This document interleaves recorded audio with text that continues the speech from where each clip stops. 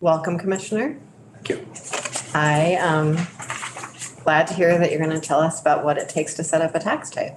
Yeah. So yeah, would love to hear that from you. Yeah, I'm excited. Thank you. For the record, Craig Bolio, Tax Commissioner. So I'm here to talk about really the operational side of H66, and happy to come back another time and work through technical issues and policy questions as well. I'm sorry, I should have started with this. Because there are so many aspects of the bill that were sort of already very clear we're going to change from a tax perspective.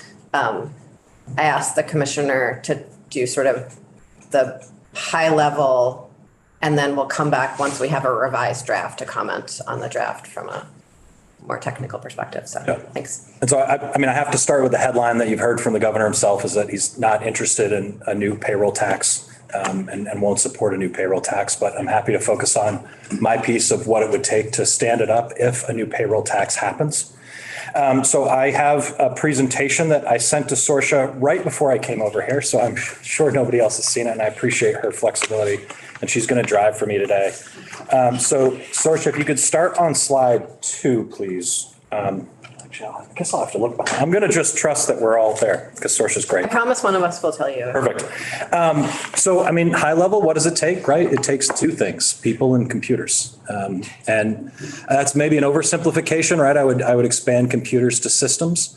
But at its core, that's what we're about at the department. I know Andrew had come in last week to talk about our operating budget, and somewhere between 80 and 90% of our operating budget are those 2 things, right? And so we pair them together, a very talented and dedicated workforce and a very powerful and sophisticated computer system, and we do cool stuff. So I'm going to talk a little about what the interplay is between both of those groups. And did you redecorate at the department? We did not, but you know, I'm open to an open concept.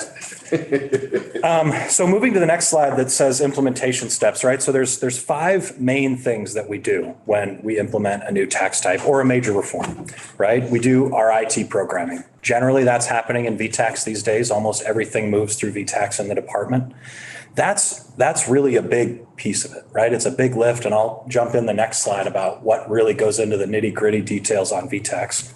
We do adjustments to our forms and instructions, or maybe create new forms and instructions if it's a new tax type. That's really happening in parallel to the VTax work a lot of time, and this is a mindset shift for us at the department as well. 20 years ago, virtually everything is coming in on paper, so that's sort of the document that everyone is referencing now. But today, it's 90% electronic, right? And so our mindset has sort of shifted that really what we're looking at is a combination of what does it look like on my VTax? What is it going to look like in VTax? What is it going to look like on the forms and instructions? Knowing that it's actually a fairly small number of people who, for instance, are going and getting our actual personal income tax booklet, filling it out by hand and mailing it to us. There's also other elements of the forms and instructions that are tech related that might not be VTax. So think of the modernized e-filing system. That's the IRS's platform for electronic filing for personal income tax, corporate income tax, business income tax, and fiduciary income tax. So all states, virtually all states that do electronic filing interface with that modernized e-filing system from the IRS. And so we have schemas, we have rules, we have requirements, all separate from VTax and all separate, I guess I shouldn't say separate from our forms, but based on our forms that we handle. We might have to update or create new regulations, everybody's favorite thing. And then of course we do employee training, right? We want to make sure that our staff understand the rules of the program or the reform, make sure that they stand by ready to help folks if they have questions, and that they're ready to process the tax returns that are going to be coming in. And we do varying degrees of education and outreach, right? And so that might be education and outreach related to what the changes in a program or what the new program is. It might be education and outreach about how you file and how you get help, right? I think about the different levels of education and outreach needed for instance, the cannabis excise tax, right? We had a lot of folks who were newer businesses who maybe had not interfaced with state government before, and helping them navigate that system of filing and standing up a new business and being part of that. So those are the main steps, and that's really just for the implementation piece, right? And after that, we do what we do, right? We administer taxes and do our day-to-day work. But I thought on the next slide, I would talk a little about how it impacts the people side of it, right? And so we've got each of our divisions. Where does, say H&R Block, like communication with H&R Block fit into it? Yeah, so that would be usually part of the education and outreach. Okay.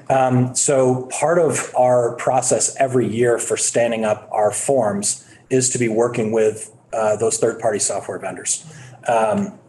And so we'll send them schemas and the forms and instructions and what the rules are and how the programs work. And we'll have interactions if they have questions, and they'll do test packets as well. So every year we're doing what we call vendor testing, both for the electronic filing piece and the paper filing piece, making sure that their forms will fit into our scanners, making sure that their electronic file comes in the format with the rules that we're expecting. So that's all part of that You process. do that during form development and then as well during education and outreach? Or I would say like that forms development is, that's a great question. I guess you could categorize it under either of those, but I would say part of that development is including that education outreach to those third-party vendors. Okay, thanks. They all tie together. Great. So I have the 7 divisions of the department, and the number under each of them is the number of staff that we have in each of those sections. I would say the VTax team with only 3 employees is a little bit of a misnomer, because the way that we have structured our VTax team, many more people work on supporting VTax than that. But some of them are ADS developers who don't technically work for our department. Some are FAST developers. FAST Enterprise is the company that sells Gentax, so they don't work for our department. And others are business users and subject matter experts that actually work for the other divisions in the department. So for instance, we will have a representative from compliance, taxpayer services, finance, PVR, all working within the VTax team, but still reporting back to their directors within those divisions to make sure that they stay fresh on the needs of those business units. So there's many more people than 3 working on VTax, but the VTax team itself has 3 actual employees, a director, assistant director, and a business analyst. But I show this slide to just show the impact that it can have across the department when we do either a major reform or a new tax type. So when we stand up a new tax type, it usually impacts at least 6 of these divisions, right? And maybe 7. And the reason it's usually 6 is because taxpayer services and property valuation and review tend to handle different tax types. And so often it is all of the divisions plus one of those, right? So compliance has to worry about what their collection processes look like and how they'll audit it. Taxpayer services has to think about how they're going to process tax returns and stand by ready to help folks who have questions. Finance needs to make sure that the money goes to the right place and that they're prepared to handle the paper checks and paper returns coming.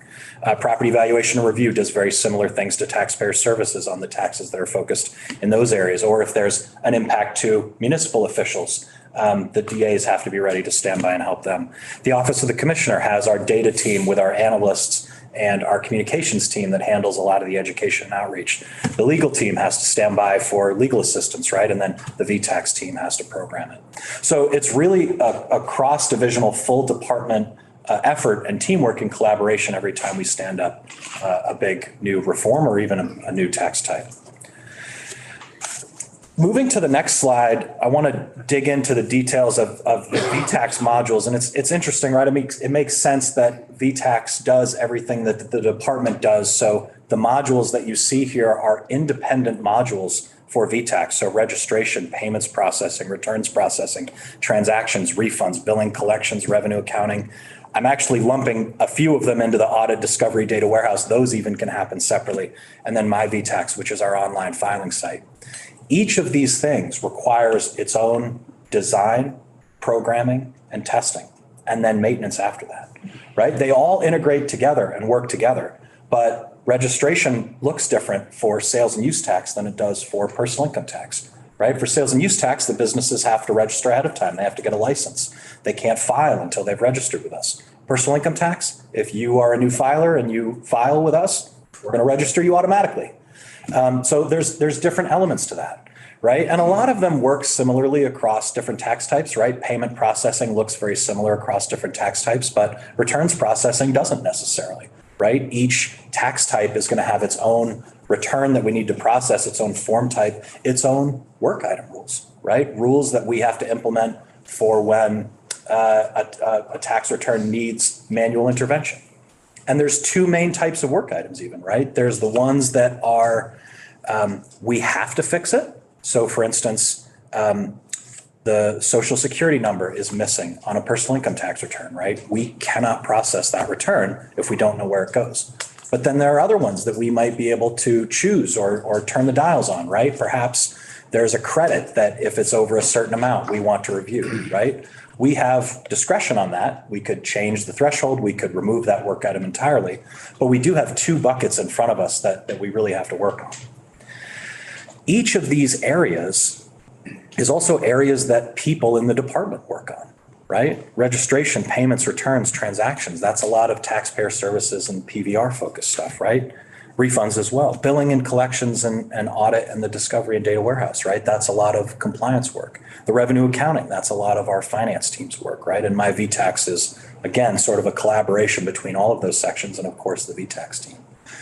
So, right, the people in the department long-term are also maintaining these sections, not just from an IT perspective, but also from a tax service perspective, right? And making sure that folks have. Set up a new tax credit. Does it involve all of the same pieces as when you set up a new tax type? So you asked a great question. One I really wanted to hit on. So maybe I'll just take a minute to do that. Wait until you. No, because I'm not sure. I think I said I'm going to like figure out a way to work this in. So now is a perfect time. So really, I think what you're asking is, are all changes going to impact us in the same way, right? And the answer to that is no. So a new tax credit, and I would look at maybe let's take Act 138 as a whole from last year, right? There were a number of different elements to that. Most of them, maybe all of them, impacting personal income tax and either adjusting credits or creating a new credit, right? So at its most basic, if there are, I don't know how I want to exactly to articulate this, but if there are things that from a systems perspective are relatively low impact, right? We might be able to make those adjustments within a tax type with our own developers and with little impact to the system, right? So something like changing the EITC from 36 to 38%, right? That's an easy change on the form.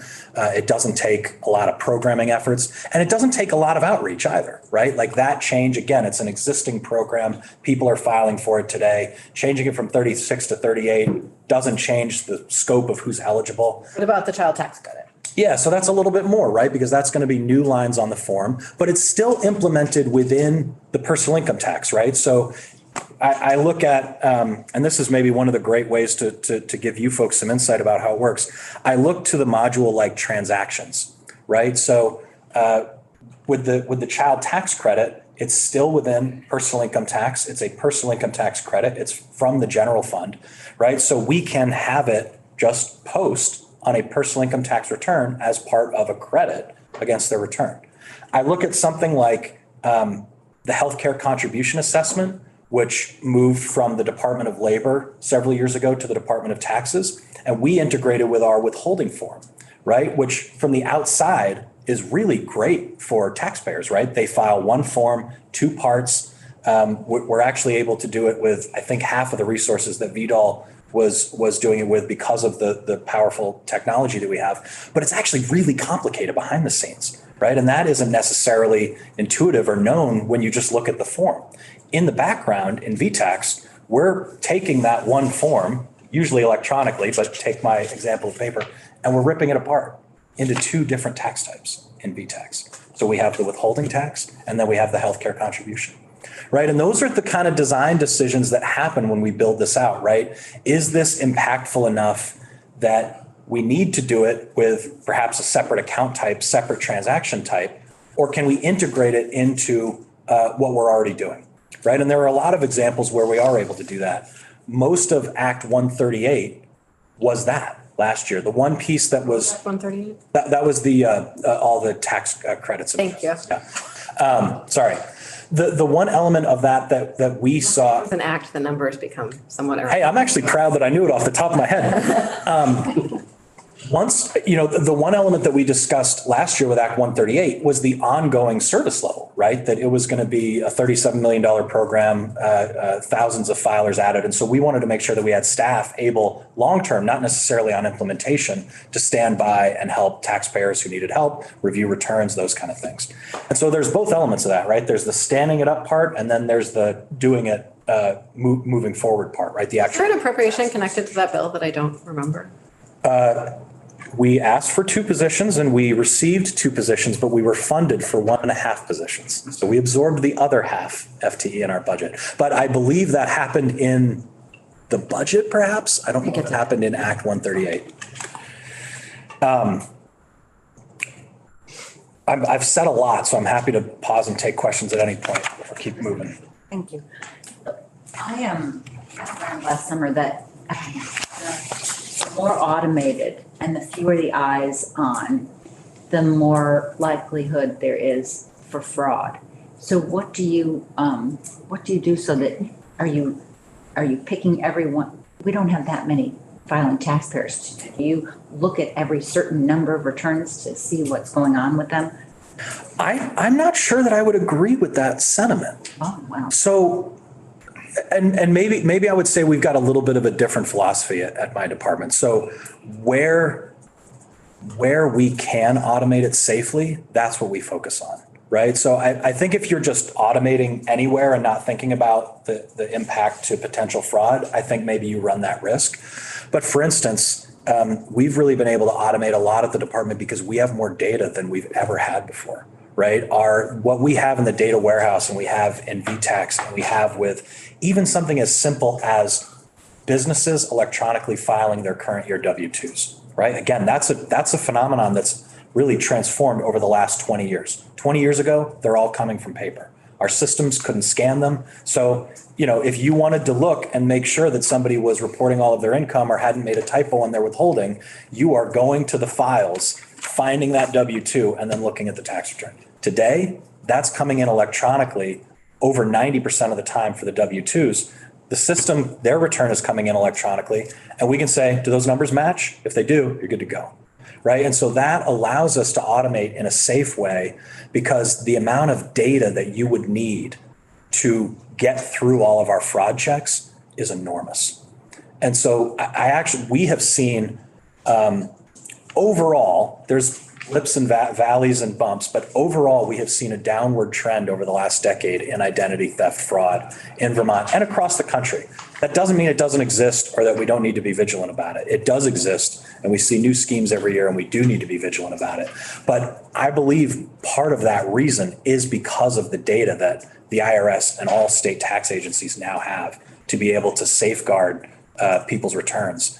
And unfortunately, I think there are other financial crimes that have become more attractive compared to like what you need to actually commit identity theft.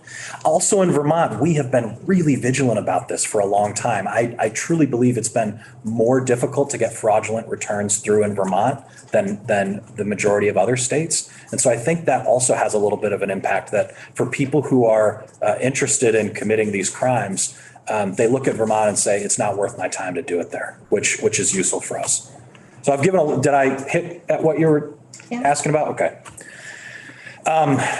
If you could move to the next slide, please, Sorsha. I just want to provide sort of a high level of the current operating cycles that we have at the department. So on the left, we have, I call it the high level department cycle, but I always like to parse out the property valuation review, the PVR cycle, because again, they have sort of different tasks that don't necessarily fit in with the overall scope of the department. I want to make sure that they. But maybe we don't have to talk about PVR today because it has nothing to do with 66. Yeah. So, I mean, generally what we're doing, right, we are in the high demand for our services portion of the year right now, right? The tax season starts in January. We have personal income tax, 400,000 filers. We have renter credit, 11,000 filers. We have homestead declarations, 170,000 filers, right? And we have people calling, we have people filing, we have refunds that we're trying to get out the door. That generally lasts through till about July, right? And so we're hopeful that the vast majority of refunds are done by June 1st.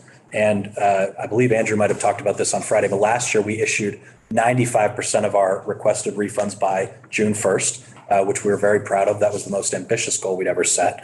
But then the June to July period, we focus on the homestead declarations and property tax credits. There is a statutory deadline of June 30th, maybe it's July 1st. We're done by June 30th, to actually get all of that information to the towns so that they can start their property tax billing. And many towns like to bill even early in July. So those files need to be in their hand. And then once we get past the high peak, we start the setup process for the next year, right? So we look at the items that have been passed into law by the legislature. We look at the form changes that will require. We look at just the standard form changes, right? We have inflators on things like our standard deduction, personal exemptions, our EITC, and we start building that. And we build, again, the forms and the systems, and we work on the outreach, and we work with the third-party vendors, and we get ready to launch the next January. And so even when we're in the off season, we're still working hard, right? We're just doing that prep for the next real big push. And I just point that out to note that there's underneath all of this, some of the stuff we have to do all the time, right? Our business office and the finance team, our regular compliance activities. We run most of our discovery programs in the off season, that I would call it, but the regular billing and non-filer and all of those things, that as we increase sort of the baseline level of service needed by the department, it puts more pressure on those cyclical areas. So what have we done? And I ask that in the proud way, not the ominous, what have we done way? So what I have in front of you on the table is a number of different things that the department has taken on in the last several years. I guess going back a decade, perhaps. And so we've already talked about Act 138 from 2022, which had the child tax credit and other tax cuts. So that we ended up with 2 new positions to help, not necessarily the implementation of the child tax credit, but the administration of it. We were able to code that all ourselves because it was not a huge new reform. I would say the scope of our contract with FAST does not allow us to code our own new taxes. So we would have to contract with them to do that. The cannabis tax. So we contracted with FAST to implement that. We were able to absorb that without new positions. It's a relatively low number of taxpayers, but again, many of them are new businesses and operating in a new industry, a relatively small amount of revenue compared to what we're looking at in H66. We took on the abandoned beverage deposit. That's for deposit initiators when there's a difference between the deposits that you take in and the deposits that you take out on redeemable bottles and cans. You pay the difference into the state. Are you not going to say the word? Yeah. Sheets. Sheets, yes. I was hoping we'd get through the whole year without that. Sorry to disappoint you. I think it's also coming to us next week. That was again a relatively small impact, and so you can see the FAST costs were relatively low. Again, a small number of taxpayers, a relatively low amount of revenue. Universal service charge, that again of the new taxes on the sheet, that might have been even the lowest impact, right? Existing program, small number of taxpayers, relatively static rules. We were able to integrate it on our sales and use tax form. And in fact, even just integrate it with the online filing of the sales tax so that we didn't even have to adjust the paper form, right? Something like that, it's still work, but it feels like much, much less. It is much, much less than something else.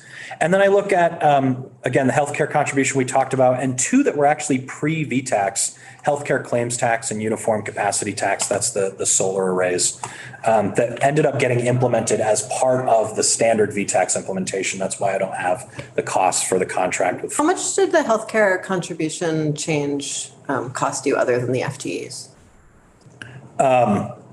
We self-coded it, I believe. So I guess what I should say, it has a cost in that those folks could have been put on other work if not for coding that stuff. But every year we expect a certain level of changes to come our way, right? The standard changes and legislative changes that we are equipped to handle. So I tend not to assign a cost to that unless it goes above and beyond sort of our normal, what we're prepared to build, if that makes sense. And then the healthcare contribution, we did receive 2 positions for that. I believe VTax had been using 4 in their office to do that. And then again, the healthcare claims tax and uniform capacity tax we had taken on. So I show this, and then I would note, really, you can see the difference in the scope of what we're looking at in H66, right? If you look at the highest amount of revenue that we have, it's not a typo, actually, both healthcare contribution and healthcare claims in fiscal year 22 were about 22 million.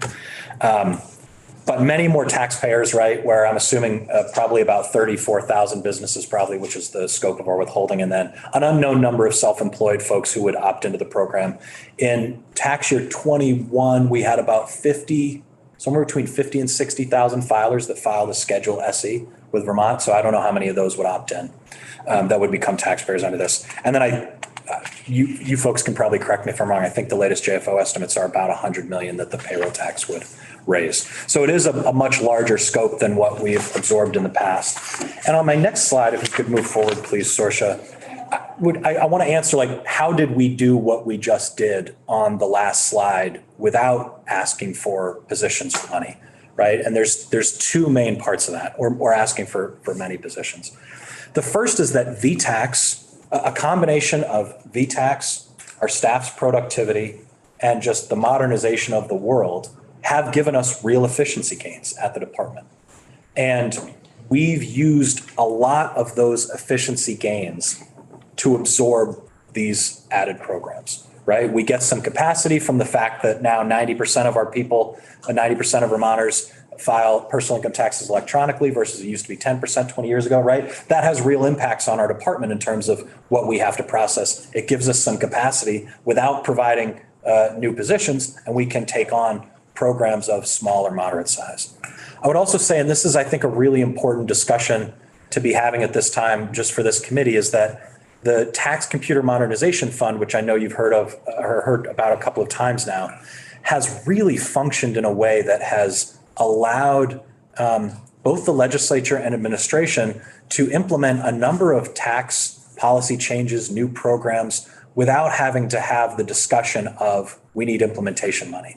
And the reason is because, again, the CMF has had a surplus for a number of years.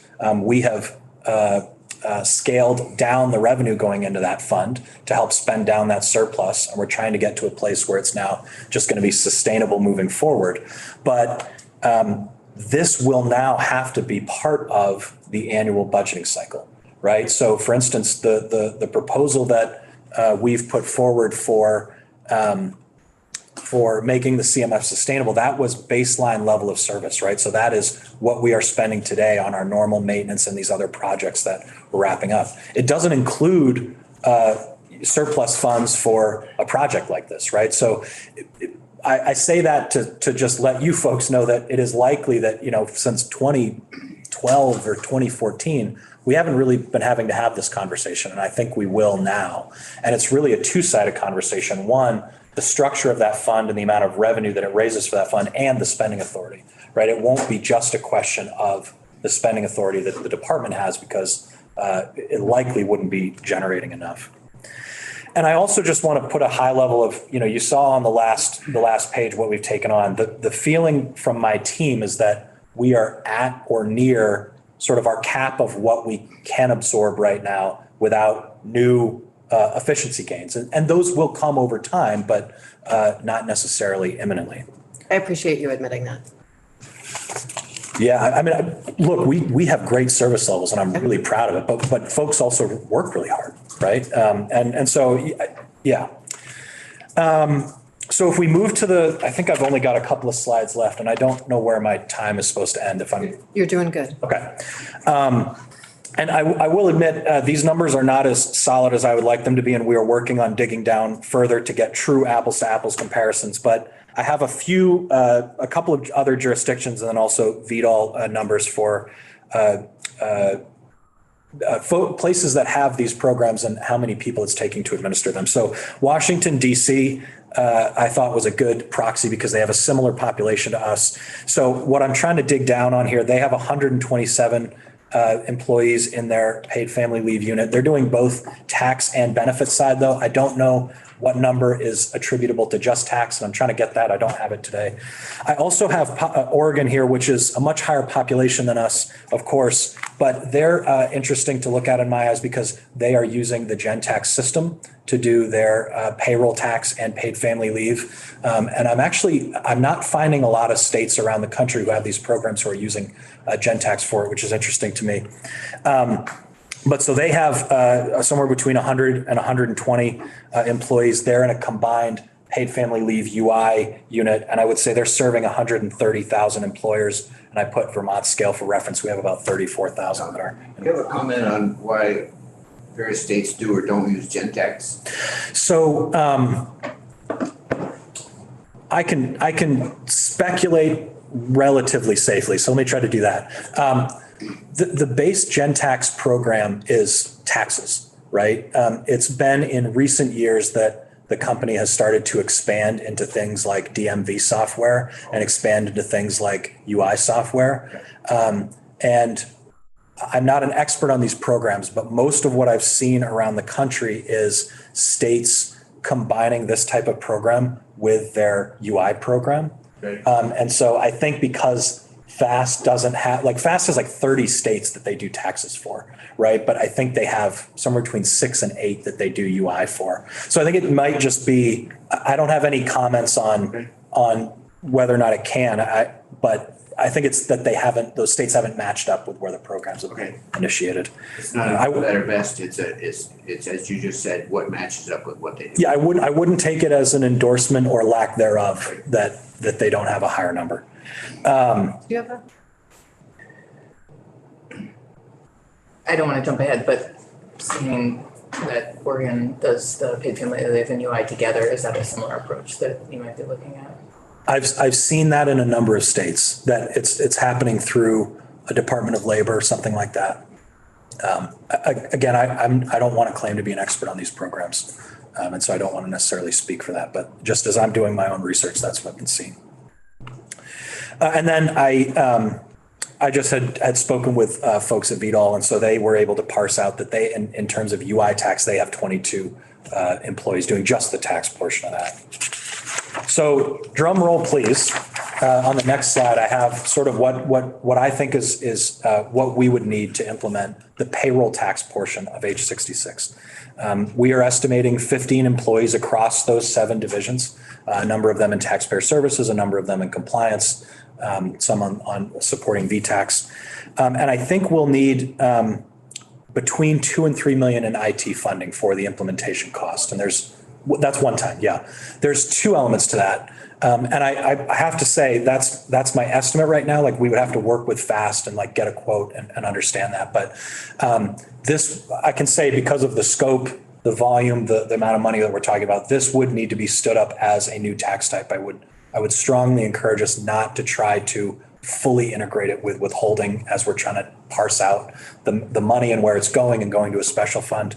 Can I ask about that? Because Sure. just a few slides ago, you were singing the praises of integrating another tax with withholding. So let me clarify my statements then. So it looks really easy from the outside, but the point I was trying to make is that it's actually really complicated internally. And we have felt like that was a very challenging structure to do that. So we had combined. You made it sound like it was a delightful thing for the. It's a delightful thing for taxpayers. I like it when things are delightful. Yeah, it's a delightful. So the delightful thing is for taxpayers filing one form, but it's a really, again, the healthcare contribution is about 20 million. It's a really challenging structure to make sure that we're billing properly for it, to make sure that we're assessing liability properly for it. So I'm not saying that we can't, but I'm preparing for it to have to be functioning as its own tax type. And I should also say, Would it be more or less expensive for it to? it's not clear to me that it would be that it would be either more or less expensive to integrate versus break it out as its own tax type. But it would be better for the taxpayer. Yeah, and I want to say just Sorry. they're really separate. No. I totally get what you're getting at. They're really separate design elements, right? So we can do things that will look to the taxpayer like it's one form or one filing, that is truly distinct stuff in our system. We can do it where it's combined for the taxpayer and combined for us. We can do it like we did with withholding and healthcare contribution, where it's sort of combined for us and combined for them. So just because we do it as a separate thing in our system doesn't necessarily mean it has to be a completely separate thing for the taxpayer. So, I mean, we're sensitive to those same kind of dynamics. Like, we want it to be easy. It's just not clear to me yet that I could commit to something like that. So we're preparing, and the IT costs, I think, with the amount of complexity and volume that we're talking about, I'm not sure it would save us much or any money to do a combination of that. So anyway, I say all that to say we're preparing for the IT implementation to be that 2 to 3 million. The other element of that is I think we're going to have something like a Vermont Schedule SE for the self-employed folks to be filing as part of their personal income tax, which we don't have today. So we'll have to program that. Some or all of that might be doable by our own folks, but again, we'd have to really dig into that to understand. And then what's not spoken for here, and I'm doing some speculating, is I know the refunding mechanism was pulled out of the version that had come out of House General. The refunding mechanism coming from the payroll tax would be really challenging and would blow these up. And so Just a regular refund, like any other refund, would that be? if it's based on AGI and simple rules, it won't change this much or at all. And if it's through personal income tax, like not a separate filing. Yep. We have a question.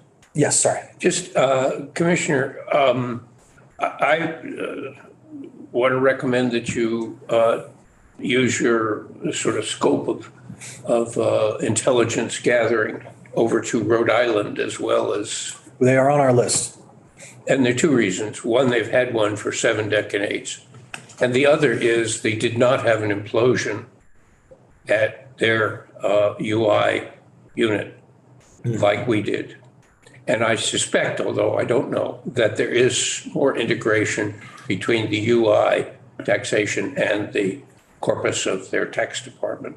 But I don't know that. And it might have external benefits beyond just the immediate implementation. Yeah, I mean, there are different structures all over the country, right? So some states have a Department of Revenue, right, that house a tax department, a UI division, and maybe even portions of a DMV, right? Others have maybe their paid family leave is within their Department of Labor, but that's separate from their tax department. So yeah, I'm not familiar offhand with the structure. I'm not, but I'm just we saying have tried to get. They avoided several problems that we did not in Vermont. And we were talking to Commissioner Gresham a couple of weeks ago about sort of how he considers his office the fee department, and how they were so short-staffed in their fee department. And we talked about the idea of a Department of Revenue at that point. So if you have any interest in expanding your It's an program. intriguing idea. It's a very big question. Right? So I just thought I'd toss it in. Yeah. I think I need more than just now, but Okay. I mean,